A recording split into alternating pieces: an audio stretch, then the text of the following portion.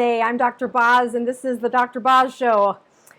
I do this every Sunday, almost every Sunday, and even when I only announce it about 40 minutes before we go live, it was just an oversight. That was always planned, just didn't have the settings turned on that I was coming live, so good to know.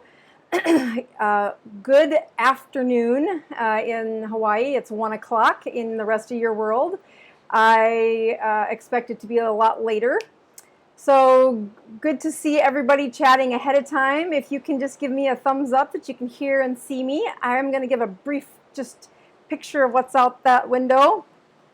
And that is a beautiful Hawaiian day. When I stand in front of it, you can't see why I'm standing at a window. So good to see everybody, and a big shout out this past week for those folks that had joined my class online. Again, first time I've done something like this, and boy, I have learned a lot, and the students seem to be learning a lot. The danger of first times are there's often bloody knuckles along the way, and I can't tell you how many times I said, ask for forgiveness a little bit as we rolled out some of the great content and great community that we're creating, but we kind of had a little bit of learning curve with the volume of questions and answers and folks. So we got through it, and it is steadily teaching me about the content that will be in my upcoming book and workbook, which I still have a goal of pushing publish somewhere in the month of June. But we're not there yet. So, all right, we're going to start the show like we usually do. I'm checking some numbers because I do believe that when you are leading people to change behavior, you've got to give some examples of how it looks, how it feels, and what happens when things go wrong. So as I take on today's topic, which is what happens when you fall off, I'm just going to say ahead of time, thank you for the people that asked questions this past week on, I run my own keto support group in my little town, or Sioux Falls, South Dakota. And it is free to anybody that is in my community and looking for help with the ketogenic diet.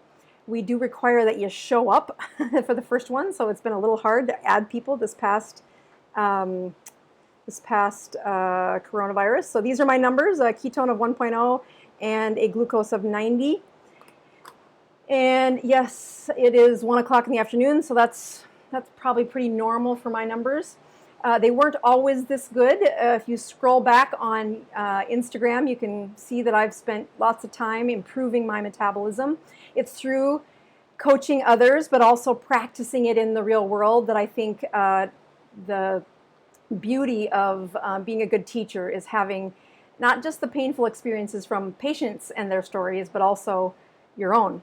So this past week on Friday, there was a couple of really great questions that inspired this topic to come about again. I've talked about getting back on the keto wagon a few times before, but the way the questions and answers were presented this past week really inspired me to say, I know that when somebody asks me a question, if I think about it for a couple of days afterwards, it's like, God knocking on me saying, you should teach that again. So I've used that as my call to not do the slide deck I was looking into doing, but really answer this question in a thorough answer, and then share how I was thinking through the answer, even though I didn't get a chance to complete the answer when the gal asked it. So the question came in my small support group, but the other thing I've been doing this past week is in the online course. This first class is part of a live question and answer. And we did that class on Friday. After I did the one from my little support group, then we did the big show. And the question came up a couple of times in that question and answer. I didn't get a chance to answer it then, but I think this forum will do a good job of. Thanks for the praise on those that have been in the course. It is something I'm really thankful for those in the class. They are teaching me what they see as a point of view from being a newbie in the ketogenic world, and then we are going to get to some advanced lessons over the next few weeks. So I'm really excited about just the feedback and, you know, being in that dialogue together. So as I look at that test that I just did, for those of you that are new, that's my Dr. Boz ratio using the glucose and ketones, and just checking in with some pretty short feedback loop, meaning I know what I've eaten over the last few days.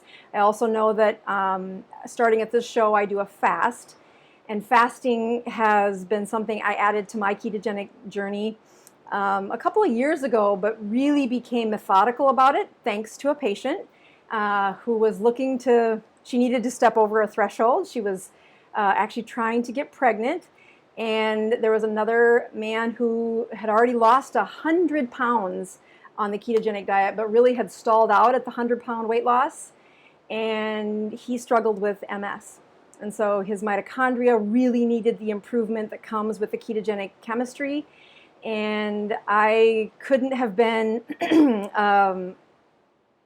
just more motivated for them, saying, I know where you're going. The one gal wanted to get pregnant, and the cost of infertility when somebody has insulin resistance is it's insane. It's so expensive. And to look at how many people, when they're fighting infertility, could have seen answers had they lowered their insulin. And she'd been on the ketogenic journey, but she wanted to get pregnant during a certain period of time so that her maternity leave would land during the weeks off that she's a teacher. So I said, if you want to get pregnant, you got to lower your insulin. And we did something, or I'd been working with her for a while. We did 8 weeks of a 72-hour fast. And we're going to talk about that later in the show, but that's one of the most extreme stresses that I do with a patient. And I'll tell you, some people step over that threshold way too quickly or really not timed well. But both of the students that I was helping at that point needed that increased intensity. And it's part of what I talk about when I say, what happens when you fall off and how do you get back on? So we're going to get to that in just a minute. I do have some other announcements that I think are worth sharing. Many of you know that on the show I've had lots of patient stories. As soon as the book is finished, I have like a dozen patient stories to follow up on and give you updates for. But we haven't focused on that, as I have really concentrated on this book, getting it written, getting the images done, getting the workbook to match the book in a way that is methodical. And of course, this online class is the final really comb through for me to say, is the content going to match? So again, thanks for everybody that joined. But those patient stories, I've had lots of you write in saying, what happened to, what about? And one of the first and longest patient stories was Jennifer Marie, who is, I like to think that she is to cooking what I am to science of medical education when it comes to the ketogenic diet. She really keeps it simple. She uses very basic ingredients and not really off on tangents. She cooks for kids and her family, and I just really love her no-nonsense approach. We really stopped doing our lives when both of us started working on a second book, and she's done. I'm so jealous. She is done, and she is hitting the market. I don't know if it's this week, but I see it on Amazon, and so I thought I would just give her a shout out to show that her book there, and I think I can link it to that link in the show notes there. Bake It Keto. So I see it on Amazon. I haven't got to talk to her about it, but I just wanted to give her the support and praise of saying congratulations. I know way too well how much effort it takes to finish a book and to get it not just published, but she publishes it with these beautiful pictures and, you know, really 250 plus pages of content and recipes and education about how to keep it simple, but keep it keto. And I just want to say congratulations for hitting that milestone, Jennifer. And for those of you that are fans and want to follow her by getting the book, I think it's going to be at Costco, if I've seen that correctly. And of course, it's on Amazon if you're looking for it. But in summary, congratulations, Jennifer Marie. That's a huge deal. Other patients that do need follow-up, I just want you to say thanks for writing in and asking about them. It is a moment of courage when they're willing to share their stories, not just in a little support group, but on a channel like this about how how powerful it is to get advice about your ketones and your eating habits on a live show, but also in a way that gives you accountability, maybe more than you want when you're in a group like our YouTube channel. So those stories are coming full circle, and I will close the loop and the thread a little bit in the next probably 4 to 5 months on those patient stories. So there are some other updates that we are now entering, I think, our 8th week here in Hawaii with my intention of staying a good 5 to 7 days has led to this season of being in Hawaii, but it's really hard to to complain about being in Hawaii, so I'm not complaining, but I am telling you that I'm tired of being away from home. It's hard. The kids' schools are about to end, though, so as they handle finals this week and then another set of finals in 2 weeks, I will be happy to see that we could hopefully travel home. As you know, most of the country knows that we are opening up a world of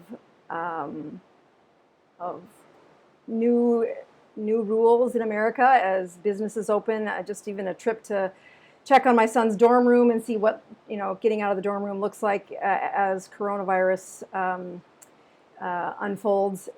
We could see that businesses that hadn't been open in all the weeks we've been here are opening. And I just want to give a couple of words of warning. Please be, as an internist, I look at the long game of patients' health and looking at how patients have different levels of impact on their health consequences. The folks that are out there that are young and healthy, filled with ketones, having a strong immune system, I still, first of all, I praise you. That's what I have. My family is as much keto as I can keep teenagers, but really advising all of my parents and my extended family that the better your Dr. Boz ratio, the stronger your immunity, the less inflammation your body has, and as much as we cannot dose into you the perfect set of white blood cells, we can strengthen them with a chemistry set that is not as inflamed.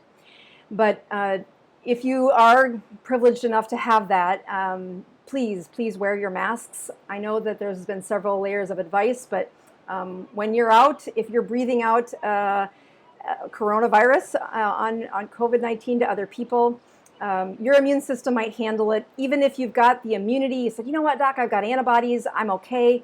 Yeah, but if you get exposed again, you're not going to get sick, we hope. We hope your immunity sticks to the next infection, but you still breathe it on other people. So the reason you wear masks is that you do not spread it to other people, that those viruses hang out on the insides of your masks. Please wear them. The other thing I said the other day, probably 3 weeks ago now, is that if you do own a business, the social distancing is important. The virus will likely land on the floor when it's, if it is breathed into the air, it will not get into somebody else's lungs. It will land on the floor. It can't live on the floor forever. It can live for a short period of time, but not long periods of time. And that 6 feet is the reason we're asking people to do that. But finally is if you run a business and you screen with temperatures, people have said that's just hooey, don't do that. It's not perfect. I mean, we know that there are some people that don't have a rise in their temperature from the virus, but those that do, we think are for sure the highest risk for spreading it to other people. So I had this, oh, here it is, yeah. So I have the thermometer that I use, which is the ForaCare one, and I like it because you do not have to test. You don't have to touch to test. It is one of the infrareds where you you get to check your temperature without touching other people. So it's great for the healthcare community, but it's also great for business owners that are saying, how can I don't need to touch them, I don't need to touch the secretions, I don't need to wipe off. It's a great thermometer that carries through screening, and although it's not perfect to just use temperature as one of the as a single screener, it's one of the places where we can target in for saying very high risk to be spreading it. Please, if you have a fever, respect that we're trying to help if we say, please stay home if you've got a fever. All right, so those are my public service announcements. I am going to get into a few things about, I'm going to present a story, and then I'm not using slides today. I'm going to use the keto continuum, but I'm going to try to tell a couple of stories and use that story as I go through teaching. So when I scrapped my slides idea and decided to use this, it was two parts, two stories.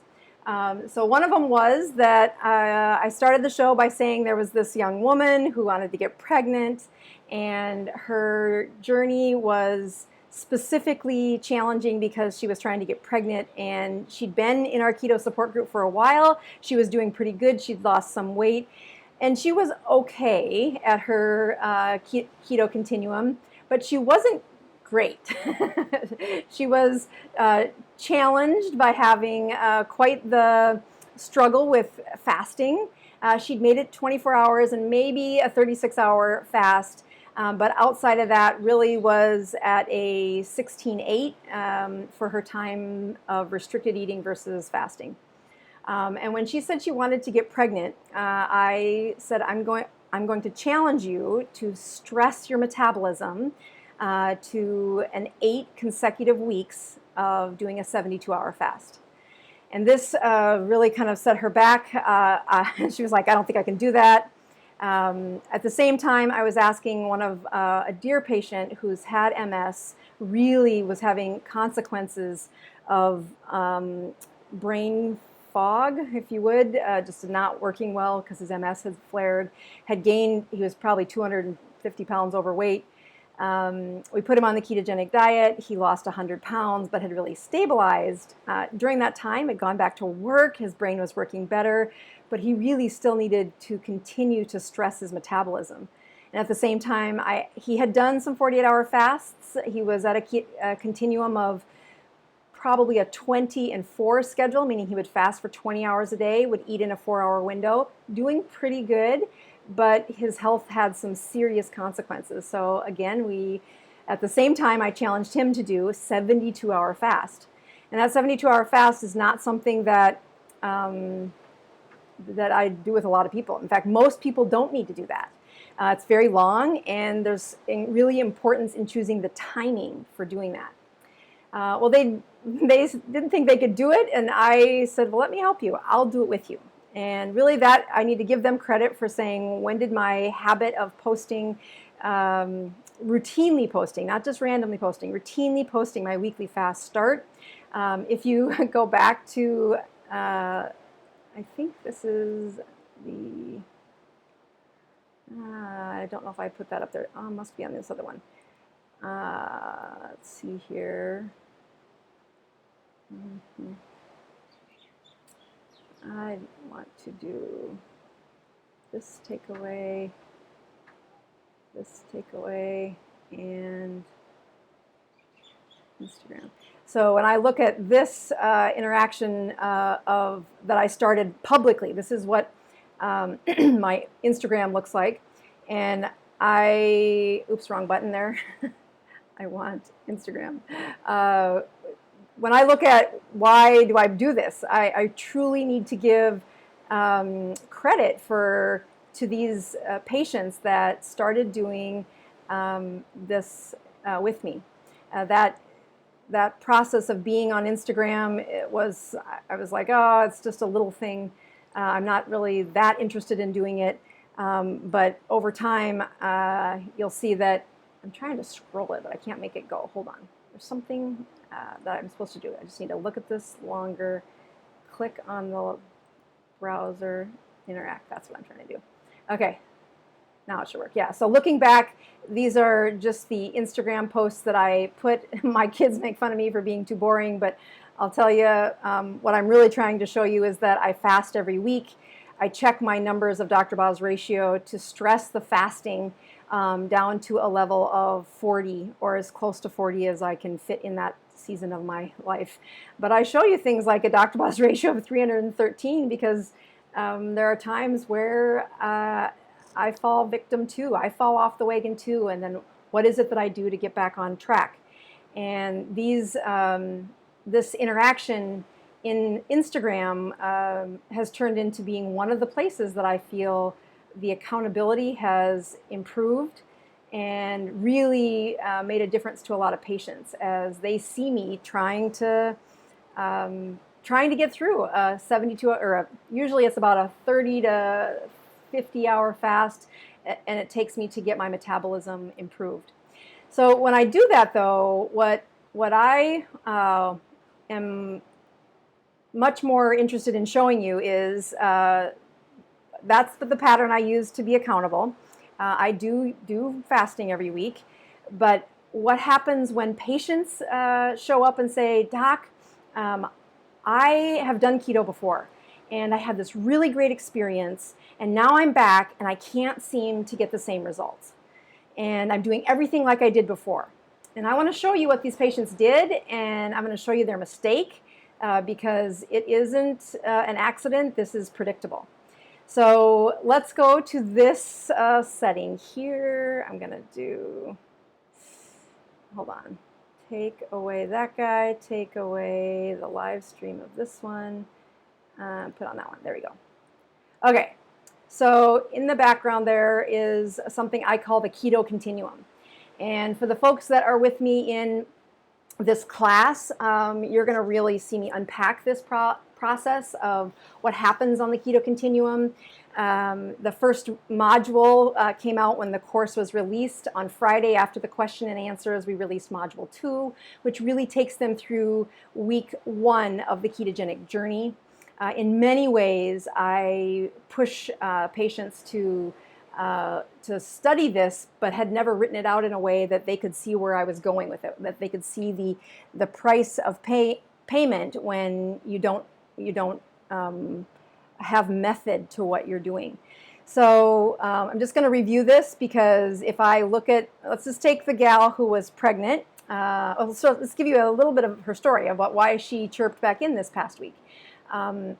She is a new mom, praise God, and she had her baby perfectly timed like she wanted to because she had most of the maternity leave during the school year, during the summer, and was able to just really enjoy being a first-time mom. Baby was healthy.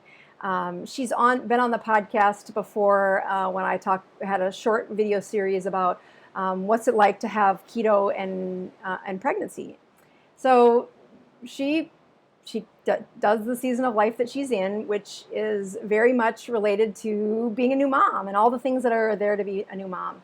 Well, recently she's tuned back in, and with that tune in comes a few challenges where she's like, all right, I need to lose some of the weight from the pregnancy, but I also want the energy I had when I was keto. So as you look at some of those parallels, the same sort of question came in that live question and answer where the gal said, Doc, I've done keto in the past. I came back to it, and I'm not getting the same results. What's the matter? And they're both having similar problems, which I'm hoping to outline here. Let me just take a quick drink of water. Number one, they are entering into the ketogenic diet where they left off. So let's just outline this. So typical people show up where they eat every 2 to 4 hours. If you are a carb burning person, that's how long the fuel lasts. Step 1, which really, or actually keto continuum number 2, which is really the first step of the ketogenic diet, is to limit your carbs to less than 20 total grams per day. And before you know it, you will accidentally be eating every 6 to 8 hours. This isn't something I tell them to be aware of. It just happens. The fuel inside your body, when it comes mostly from fat, will transition you into producing ketones and using ketones. And the beauty of a ketone versus a molecule of glucose is the length of time it lasts as energy. It is stable. It has less free radicals that are associated with it. It is cleaner energy. And I don't mean in the sense of green, but I mean less free radicals, very long, steady, stable energy. And without saying a thing, they go from eating every 2 to 4 hours in a matter of 2 to 3 weeks. Some would be as long as I would think it takes. They are eating every 6 to 8 hours. The next phase that happens is they truly accidentally miss a meal. I like to outline that that usually takes 4 to 6 weeks. If you look way over, let's say, way over to the way edge of the chart on here, you can't see my pointer, but I'm pointing to 4 to 6 weeks. And then I talk about how this is chemistry. I don't make them learn anything except 20 carbohydrates. They stick to the 20 carbohydrates, and something magical inside happens where the chemistry will lead the way. They really don't need to make any outside choices except keep those carbs, total carbs, less than 20 a day. As they enjoy that, there is a magical tipping point where they get to keto continuum number 3, and that is they accidentally miss a meal. When they've done that, I usually celebrate with them, and we don't celebrate with food, but really praise them, saying, really, that's the hardest part of this, is to get to that point. I really want you to now step into eating 2 meals per day. This is keto continuum number 4, and they need to stay there for a couple of weeks practicing 2 meals a day before they then move into higher levels of their metabolism, which include time-restricted eating with other rules. Let me just change the scene here for a second because I want to show you a different version of this.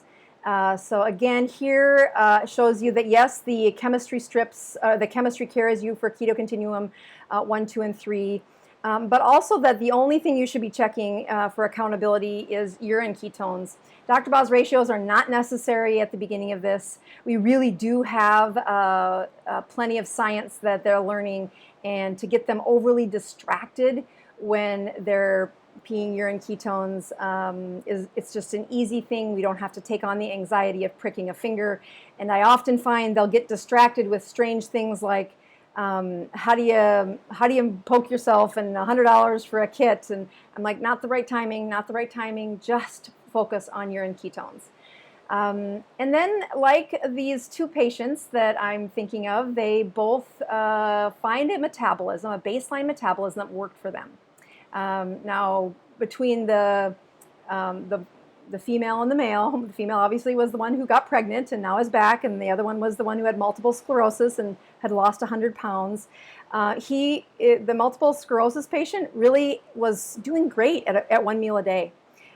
His numbers were pretty good, but he really had stalled on the weight loss for probably a couple of months.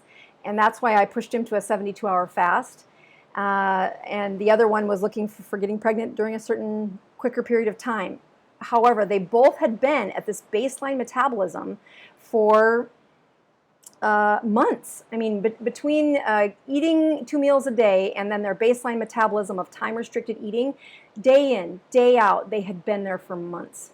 And in the background, what was happening to them is a restoration of some of the fat-based hormones that really did require restoration. The one gal needed it for her pregnancy. Again, I was saying at the beginning, you're going to have a huge audience of people that when they are struggling with infertility, it is because of insulin. Their insulin is too high. I don't need to do your blood test to tell you that. I can often look at these symptoms on the outside. They have an enlarged tummy, their liver enzymes, okay, that's a blood test, but they have insulin resistance. They are at least 10 pounds overweight, probably more than that for a better part of 5 years, and that requires your insulin to be higher. Your ovaries are not going to work right in that setting. But if you want to restore the pulsations of proper hormone replacement, and you do not want to pay for the infertility, before you walk into the infertility clinic, get yourself on the ketogenic diet, stay at one of the baseline metabolisms for 2 months, and watch what happens. And I would contend that you don't jump into a baseline metabolism. You have to go through this section here. If they come in and say, I'm going to go to 16.8, I tell them you're not going to get the benefit of those hormones rising then. You really have to eat high fat and low carbohydrates for the beginning phase. If you have high insulin, I need to shift your chemistry before you dive in to the advanced levels of the ketogenic diet. And never is there a teachable moment than in fertility class to say who has the highest improvement in pregnancy rates. And I would push you to look out to Jamie, Dr. Fit and Fabulous is what she goes by online, but she's an obstetrician who talks about metabolic syndrome and infertility, lowering insulin during the times when women are trying to get pregnant, and you do have to get the hormones replaced before you can stress them. So what we did with these patients is we moved into, first of all, you'll see that strip there went from urine. Now we are going to need their blood work. And this is what I call stressing metabolisms. There are really 4 of these cycles that I outlined here, but some other strategies I use in my patient care. And I said, all right, we're going to do 8 weeks consecutive of 72 hours of fasting. And I want you to notice some of the things that was protected for these patients. Number 1, this is a psychological test. Your body's ability to say no to food for 72 hours isn't a small, it's not small. That's a huge task. Use a tribe for best results. So they were in the support group. They were coming to the support group. I knew if they had troubles, we had a unit of people around them. Yes, Dr. Jamie Seaman is the person I was trying to think of. Thank you, Kendrick, for that. One of the key things for stressing a metabolism in this area isn't that they hop back into a 36-hour fast. It really is the psychology that goes behind these metabolisms. Some of the other things that I look at are when I am asking them to do 16-8. If you pull over and look at the details over here, I'm really looking at where did they end up in here. And one of the rules for 16-8 is that there is no chewing in the 16 hours. People think that's weird, but when you study patients for a long period of time, there are those that are obsessed with chewing. And that stimulus of chewing, not in everybody, but in the chronic chewers, and you know who you are. You have to have gum at all hours. That's how you suppress eating, is you chew. And I contend you're messing with your chemistry there. So during this season, I like them to work on, you can chew, but it's for 8 hours only. And then after that, spit the gum out, stop chewing. And really changing, sucking on salt, finding a way through to give up that really bad habit because it's stimulating some things I don't want it to stimulate. And when they say, how is that possible? I say, well, let me show you. And we are checking blood numbers somewhere in there, and that's where I go from urine to blood, as if they're having some struggles, saying, prove it, prove that that's a problem. And it's pretty easy to prove it. So if I go back through and just kind of remind you, why am I covering this again today? The answer has to do with when patients show up and they've fallen off the ketogenic wagon, and now they're like, oh, that keto diet works so well. I've just had a tough season of life. I can't get back into it. I'm going to go back to the ketogenic diet. And then they step into a part of the ketogenic diet that their body isn't ready for. It was when they left. And even maybe for several seasons, if you would, of a ketogenic diet. Several seasons of, they fell off for a couple weeks, but because they'd been on that keto continuum, they'd had stable numbers of hormones for the past 3 or 4 months. Those hormones take a while to reestablish, but once they are there, they have the benefit, the privilege of, your body's not going to let that reverse back to an inflammatory state in 10 days. It's going to take you a season. It's going to take you multiple months of a high carb diet back to what you were doing. And I get it. People have seasons. Babies are real. They're only that little for a short period of time. And it's hard. It's hard to take on a change of a ketogenic journey while being a young mom, while being, there's thousands of answers. When I look at the multiple sclerosis patient and some of the behaviors that resumed in his life, he was now back at work. And when he wasn't at work, he had control of what his temptations were. And now that he's back at work, there's a snack here, there's donuts here, and maybe he doesn't have the really high carbohydrate foods that he uses, but by golly, he is eating way more than 20 carbs a day, that's for sure. And as a result, his inflammatory markers rose again, and his brain function sunk again. As a result, the one woman went from pretty solid ketogenic journey, enough to lower the insulin and really get her ovaries doing what they were supposed to, and then they fell off again. And unfortunately, those organs had been inflamed, and they weren't autophagy is what happens when your body recycles unused proteins, and that takes time. That takes a good couple of years to reverse all of that scar tissue that's been around from high inflammation. Well, they weren't keto and in autophagy for 2 years. So as soon as they went back to that inflammatory state for, let's say, 6 or 8 weeks, that inflammation found the old parking spots. They were still all there waiting for the inflammation to show up, and now they are on the wrong path again. So they step back in and say, I'm going to be on the ketogenic diet, and they start just hopping to, let me go back over to this one. They hop right down to 16:8, and they say, well, I'm just going to not eat for 8 hours a day. And what happens there is they missed raising their hormones again. And, in true fashion of being in America with access to wonderful health care, patients will go into their gynecologist saying, I think my hormones are off. I'd like you to do some testing.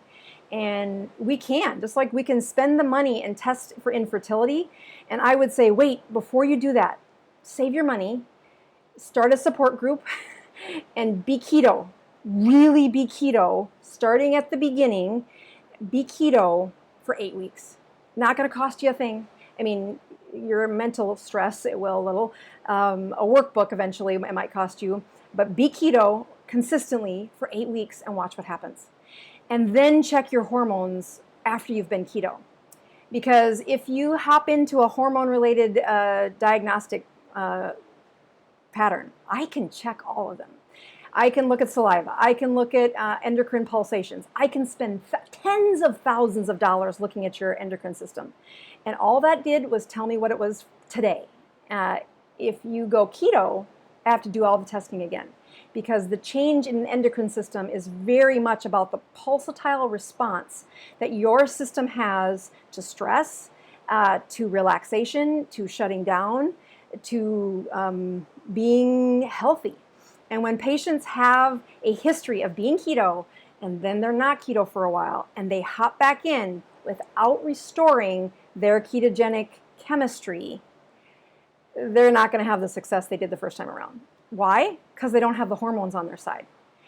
So when people say, I got all these hormones checked, my cortisol shows that I'm stressed, my progesterone is too low, I'm rubbing progesterone and estrogen on my body to the tune of $200 a prescription, and don't worry, it's bioidentical, I'm good. I'm like, stop spending your money. Stop. Be keto for 8 weeks.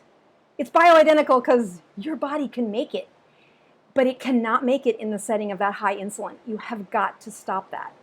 And when we look at some of the major improvements we've seen in the ketogenic journey, in the ketogenic life, it is the profound improvement of just honoring the human body and how well it will restore if you set up the right chemistry.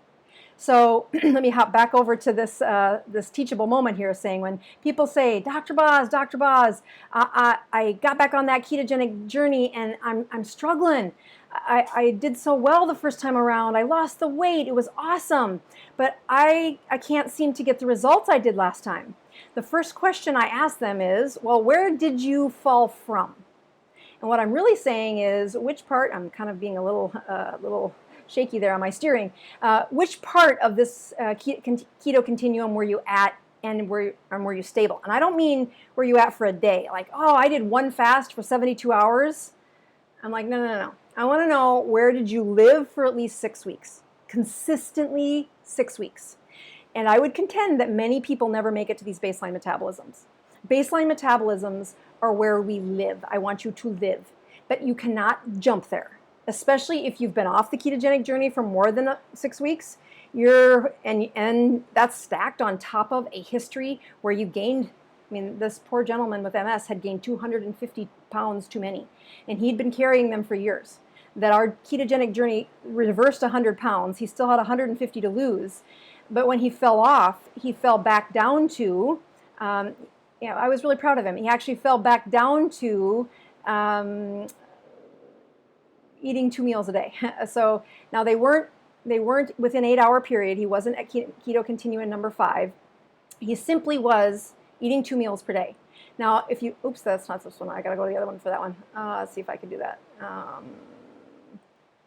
Yeah, so if you look here, when I say, accidentally missing a meal, I still mean that you should definitely have fat in your breakfast, in your morning drink. So do not think that, oh, that fatty drink was one. Nope, I'm talking about in the morning he woke up, he had a fatty coffee. And he liked coconut cream in his, which I don't like that, but I like cream, but he did what he did. And then he had 2 more meals per day. That was what he ate. Unfortunately, as time went on, he didn't keep the carbohydrates under 20. So eventually he fell back even further than that. But at first he fell to 2 meals a day. And had he stayed there, the migration upward would have been a much quicker restart. But the longer they are eating every 2 to 4 hours, chewing on something, chomping on something every 2 to 4 hours, it really establishes that their insulin is back to being high. They've tipped that continuum in the wrong direction. And then they come back into, when I want to know how to help somebody, and they say, I've fallen off the ketogenic diet, and then they start throwing out all this information, I'm like, stop the music. Where did you fall from? And that means, where were you for 6 consecutive weeks in your last journey of a keto continuum? And sometimes they say, oh, I only did it for like 3 weeks, but I felt great. Like, yeah, okay. So, but I've read a lot about it since then, and I started out right at just limiting my food to 8-hour windows. And although that's helpful, it is a good step in the right direction. Some people sail right through and they do get enough restoration of their hormones, but especially in people who have mitochondrial disease, which is what MS is. Especially people who are saying, look, I'm spending a few $100s a month on prescription bioidentical hormones, yet we know that they have a history of being insulin resistant to the tune of, we took it away and you got pregnant. There's no better endocrine talking point than that. Stepping back into the keto continuum by really honoring that you cannot rush this. Hormones are really particular. If you start out with 20 carbs or less per day, I need them 20 total carbohydrates less per day. And they're like, but I don't want to eat all that fat. I really want to start to the weight loss. I'm like, you can't. You cannot do it until I reset your chemistry. That chemistry will win every time, and you are going to beat your head up against the wall. They'll go in and say, but I went in and I got tested and my hormones are off. I'm like, I know. And if you want them to be bioidentical because they are made by you and they pulse within your body and your brain listens way better than a doctor's prescription will ever listen, then I need you restoring the fat supply in the absence of all those carbohydrates. That's how your body makes these hormones. And if you skip over them, you will forever be stuck with this paradigm saying, I tried that ketogenic journey and it didn't work for me. I did it the first time and got pretty good results, but I went back to it and it didn't work.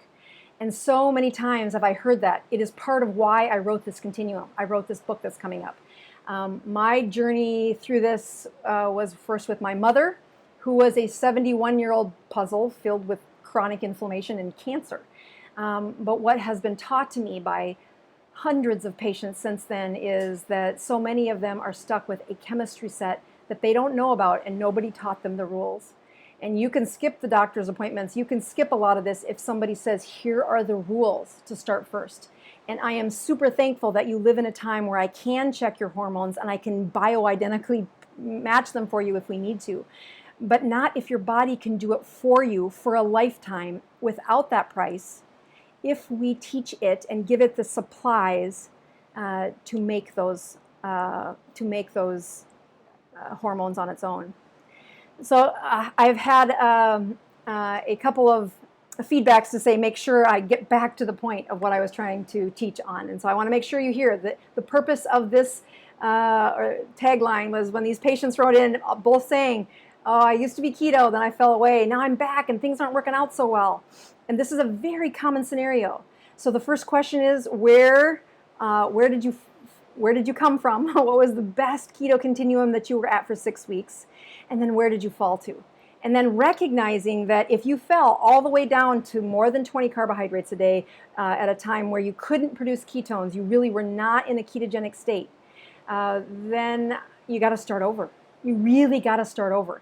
And although it will not take you as long to restore and move through that keto continuum as it did the first time, it's going to be pretty close.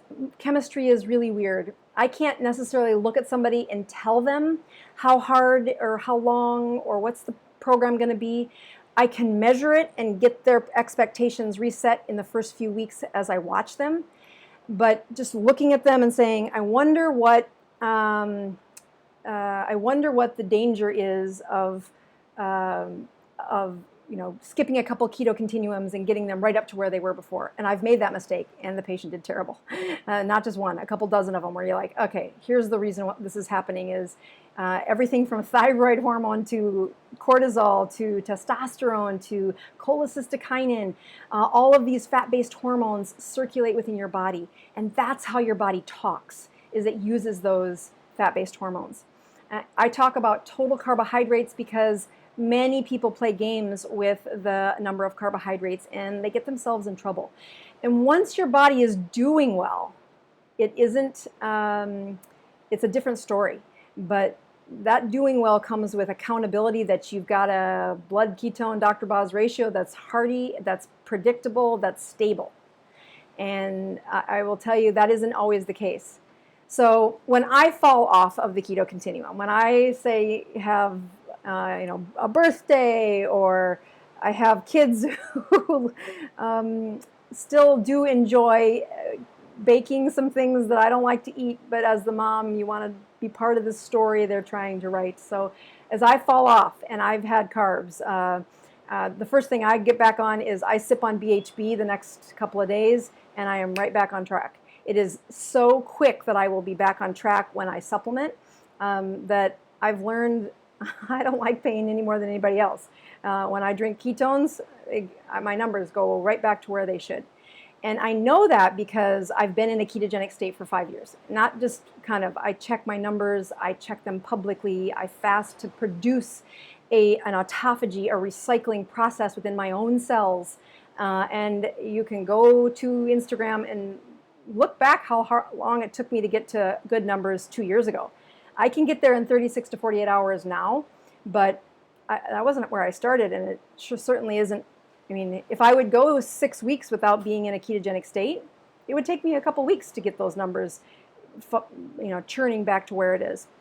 I also have learned that when I'm not in a state of ketosis, that my brain doesn't work as well, and I am really trying to finish this book. So my editor thinks that I'm going to have another chapter done by tomorrow, and I haven't started my homework that she gave me on Friday. So I want my brain to work.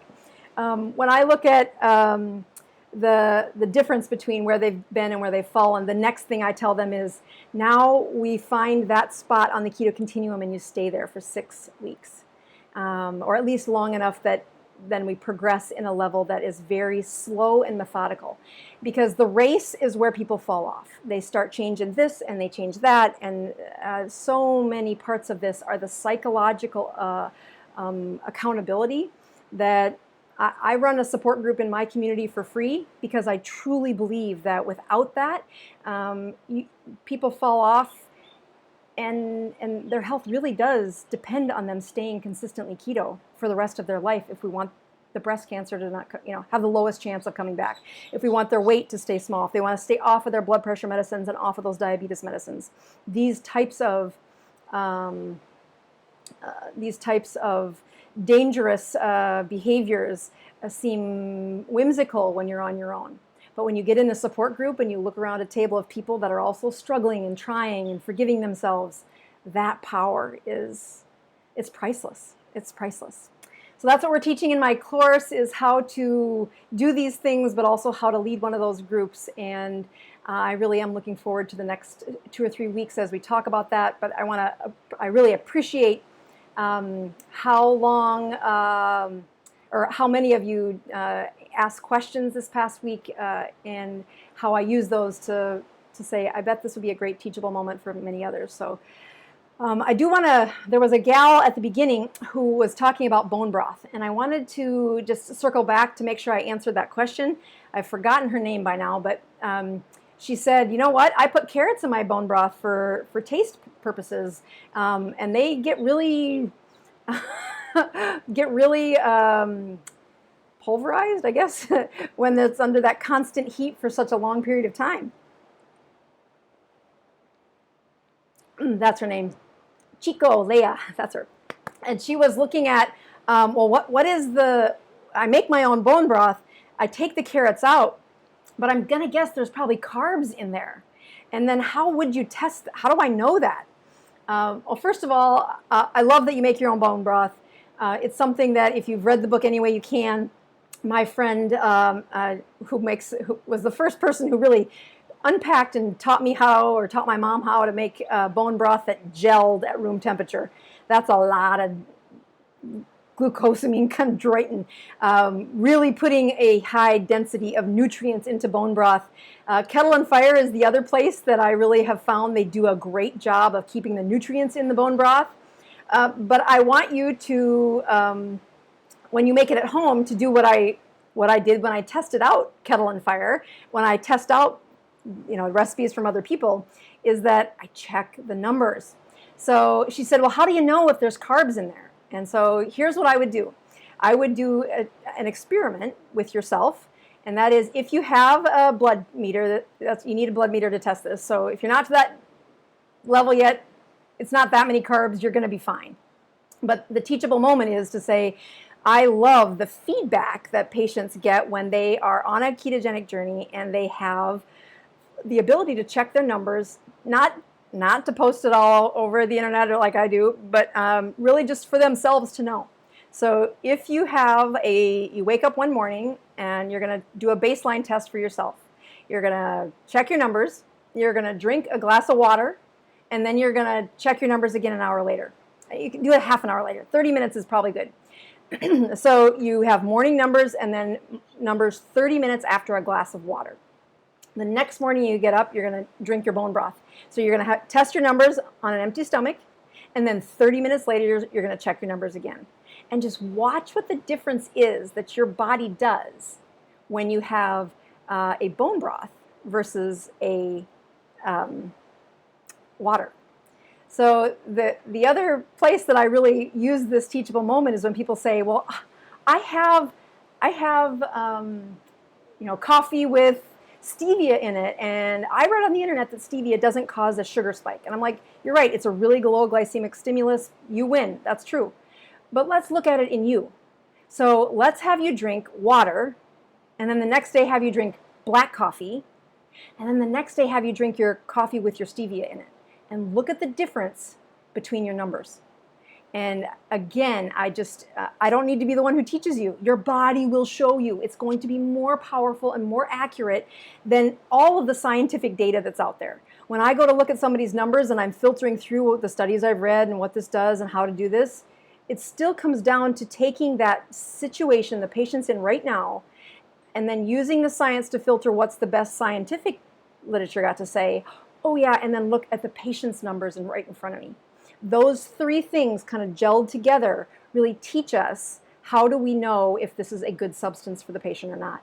So when somebody writes in and says, I like to make my bone broth, I'm like, good job. Use bones that you think taste good. The more marrow that's in there, awesome. I think the secret hack is throwing in chicken feet.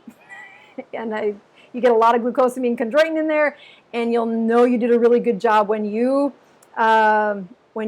really hit a gelatinous a substance, if you would. But then test my work.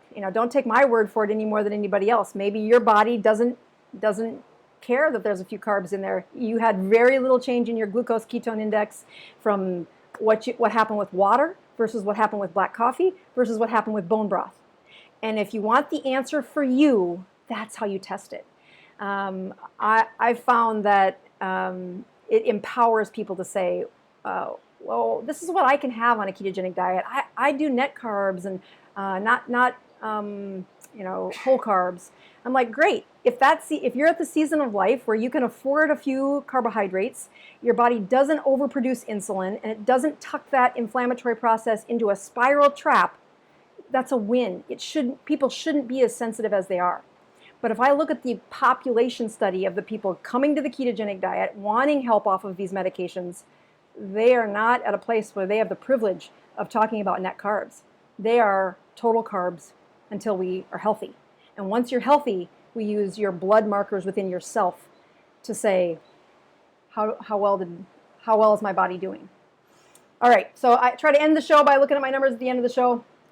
And I want to also answer a couple questions that have come over the last week, and I've said them in a few forums. I feel like I've said them a million times, but I'll say it again.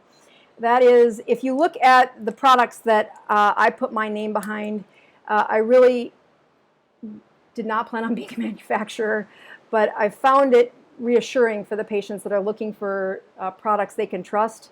So here is my blood ketone number. Here is my glucose number. And when I was doing that, I had a newbie type problem.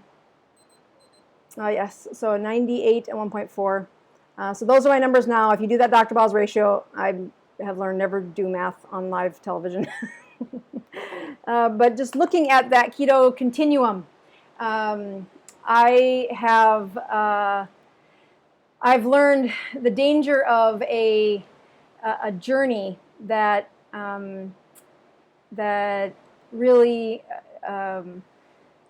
is transparent, is that mistakes happen. And when I was on the ketogenic, when I was first making this product, the company that I made it with was great for a little newbie. But as I've graduated to different manufacturers, there was a recall of the items over the January month, or somewhere around late 2019 and early 2020. And unfortunately, I didn't have a lawyer or anybody that could have told me that I didn't need to destroy all of my products at Amazon, but I did not want anybody hurt, and so I did that. Unfortunately, I didn't need to do that. I did not need to destroy all of them, but I did. I followed the rules. I thought I was doing what was right. And it's taken me till, it's the 1st of May, and I'm almost fully back up on Amazon. So I appreciate those of you that have written in and asked where you could get some samples of the keto, or not samples, get products. I've appreciated those of you that says you'll wait for my products. I didn't do this because I was looking for another headache. I did this because I needed to have products that when I'm treating a cancer patient, I could trust. The ketones that were going in there were exactly the kind that I needed them to be, and not filled with a whole bunch of other things. And it isn't the easiest price to pay, but let me go to this one, take away this one. The other place that I like folks to be aware of is that on my website, bozmd.com, let's see here. I thought there was a way I could bring that up and move it around. Oh, come on. I bet you it's in here. Hold on. Oh, yeah. Here we go. So so bozmd.com, and then if you go to Dr. Boz Favorites, that's where you'll find other products that I've put my name behind, that I have looked into. Right now I'm trying to get it to scroll, and it's not doing that. So if you scroll down, that was the thermometer I talked about earlier, saying if you don't have the ability to go shopping and you want to push click and buy, that's what I use in my clinic. Anyway, if you could scroll down, which I can't seem to do live here, you would see that there are other products that have BHB in them. The Keto Perfect products have been one of the other sources that I've really found have been honorable. I do hope to have all of the products back up from Dr. Boz on Amazon by the end of the week. And I will say right away to those in Canada, I am trying. Canada has been super sweet to me, saying, we can't get it here. I'm like, I know, it requires this pre-auth and this process to go through. And I'm not there yet. I was in the middle of applying for that when the recall happened. Now I have to start all over. And I don't know what the recall will do to that process, if I end up on probation or something for it, even though it wasn't my product that got the recall. Let me say that again. I destroyed all of them. I followed the rules. I truly think that having a product that is trustworthy is why I did this. I mean, I've been sitting there poking my finger after drinking BHB, wondering an hour later, there's no reason the number shouldn't be higher, and it wasn't higher. And I paid $50 for that can of BHB.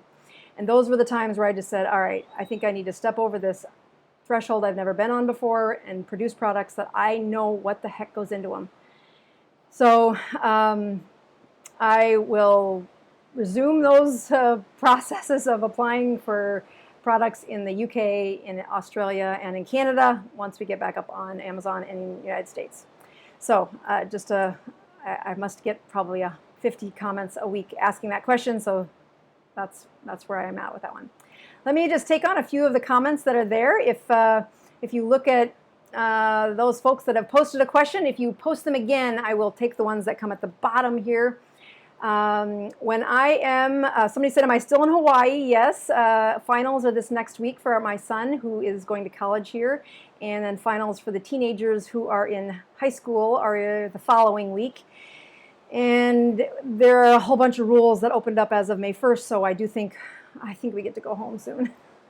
But in the meantime, I'm very careful not to complain about Hawaii. It's quite the delight, and I think I'll get to finish my book because we've been sitting still and I couldn't get to the clinic. All right, so will keto help polycythemia vera? So polycythemia vera is the excess of red blood cells. That's a very interesting question. I don't have any solid evidence of that, but I do know that the flexibility of red blood cells are really important when it comes to polycythemia vera. The worst thing that you can do for polycythemia vera is to have sticky red blood cells. So we know that high blood sugars are dangerous because of what it does to the stickiness of your red blood cells, the inflammation. So being low carb at least is a step one. But the other part that I would do if I had polycythemia vera is I would go to bozmd.com and go to that Dr. Boz favorites. You'll see the link that says check your omega-3 index. Now, I would order this at least the $75 test, which also checks the trans fats in your red blood cells. So I wonder if I have a picture of that. Oh, it's on my slide deck. I don't have it open. Okay, anyway, so your red blood cells have a skin around them. That skin is a cell layer. The cell layer is made up of biphospholippids, which is a bunch of fats with some water or water-like molecules holding the fats together. The type of fats that you're using to make up those strings that then make up your red blood cells is key to how flexible they are. If you have a bunch of trans fats in your system, and if it was me and I had polycythemia vera, I would make sure my trans fats are super low. I would make sure my omega-3s and my omega-6s are high because they allow that the flexibility of that red blood cell to really squeeze through tiny openings and not stick to each other. So could it help? In theory, you don't want to have sticky red blood cells if you have polycythemia vera. And you also want to have flexible red blood cells if you have polycythemia vera. So to me, that's a yes. But all right, there's another one from Stephanie who said, I have a low-carb beer, only 4 carbs per beer. How much with this alcohol affect my keto? Since I'm following the diet for weeks, fell off at 1 meal a day for months and fasting up to 48 hours of fasting. So it's a good question. I would push you to say before you add beer, if you're back on the ketogenic diet, before you add any alcohol, I would get yourself 2 weeks at least of just solid ketosis without alcohol. Now, if the sound of removing alcohol for 2 weeks sounds like a nightmare, sounds like something you can't do, I want you to think about that for a second. So 2 weeks without booze should be doable to pretty much everybody. And if you say, I'm in coronavirus with 4 teenagers in Hawaii, no, I'm just kidding. I don't, that's not my coping skill. But I get it. I can relate. I know how hard things can be when you're trying to change food behaviors and the one place that you like to shut down and relax is alcohol. What I have encouraged patients to do is use distilled alcohol because there are no carbohydrates in it. I do want you to be very careful because alcohol is more powerful when the inflammation is lower. So the longer you've been keto, the less booze you need. I'll tell you, a couple of patients gave me some tricks. So here's the beginning of a bad joke, I suppose. So if you have a mitochondria and the fuels in front of it include a carbohydrate, a ketone, and alcohol, all three of those are fuels that burn through a mitochondria. What fuel burns first? And I'll just give you a second to maybe post an answer. Now the question isn't what fuel was made first in a ketogenic state. It is what fuel is burned first. And with just enough time there to hopefully a few people answered, the right answer is that the alcohol is burned first. The ketone is burned second, and the glucose is burned third. Now, when you're looking at the liver to make ketones, at the beginning we drop those carbohydrates to 20 carbs or less because we want that blood glucose to drop, at which point your body will then make ketones. So that is not what I was asking in that question. That question, oh, so many of you got it right. That's awesome. So as the mitochondria is sitting there, alcohol burns first. Ketones burn second. And this is all saying that they're sitting right there outside the mitochondria ready to go into that Krebs cycle.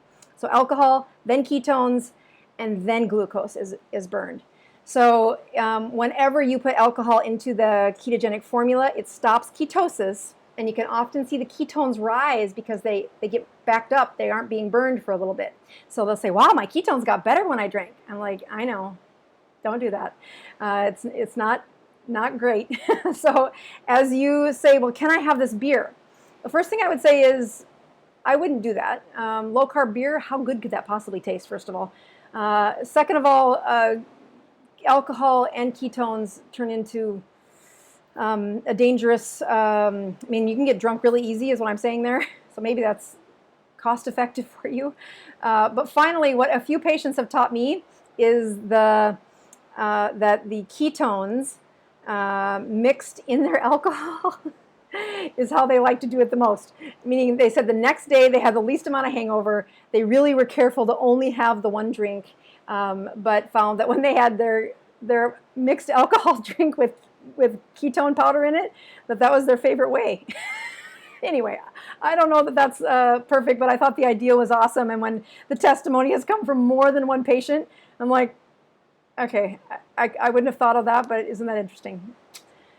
All right, everybody, that's a wrap. I just want to say thanks again for tuning in. I look forward to talking to my students this next Friday. And if the course continues this good, I do think I'm going to get to open it up for another class, but I don't want to say that preemptively. We've got some of the biggest, toughest chapters ahead, so I can't wait to show them to the students.